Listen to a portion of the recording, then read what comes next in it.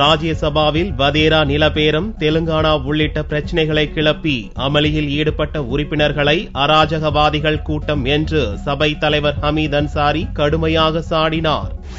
செவ்வாயன்று ராஜ்யசபா கூடியதும் ராபர்ட் வதேரா நிலபேரம் தொடர்பாக விவாதம் நடத்த வேண்டும் என பாரதிய ஜனதா உறுப்பினர்கள் கோரிக்கை வைத்தனர்.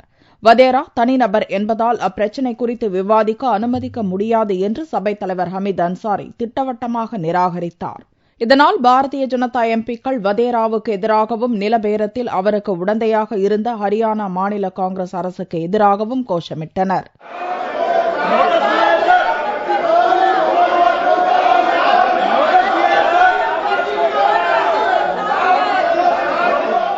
இதைத் தொடர்ந்து தெலங்கானா, காஷ்மீர் கலவரம் உள்ளிட்ட பிரச்சினைகளை எம்பிக்கள் சிலர் எழுப்பி கோஷமிட்டனர். இதனால் ராஜ்யசபாவில் ஒரே கூச்சலும் குழப்பமுமாக காணப்பட்டது.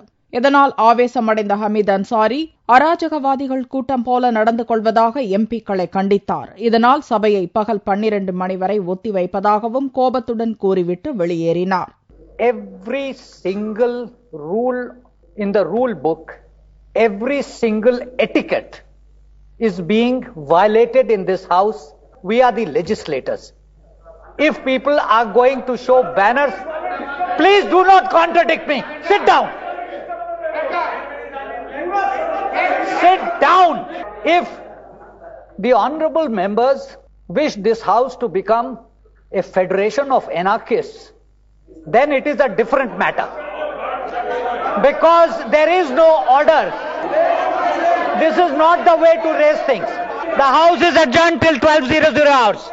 பகல் 12 மணிக்கு சபை துணைத் தலைவர் PJ குரியன் தலைமையில் மீண்டும் ராஜ்யசபா கூடியது. அப்போது எம்பிக்களை அராஜகவாதிகள் என்று சபைத் தலைவர் அன்சாரி கூறியதை திரும்பப் பெற வேண்டும் என்று எதிர்க்கட்சித் தலைவர் அருண்ஜேட்லி வலியுறுத்தினார். வதேரா நில விவகாரம் குறித்து விவாதம் நடத்த கோரி தொடர்ந்து எம்பிக்கள் அமளியில் ஈடுபட்டனர். இதனால் பகல் 12:30 மணி வரை மீண்டும் சபை ஒத்திவைக்கப்பட்டது. 12:30 மணிக்கு சபை மீண்டும் கூடிய போதும் பாரதிய ஜனதா உறுப்பினர்கள் வதேரா விவகாரத்தை எழுப்பி கோஷமிட்டதால் ராஜ்யசபா அடுத்தடுத்து ஒத்திவைப்புகளை சந்திக்க நேர்ந்தது.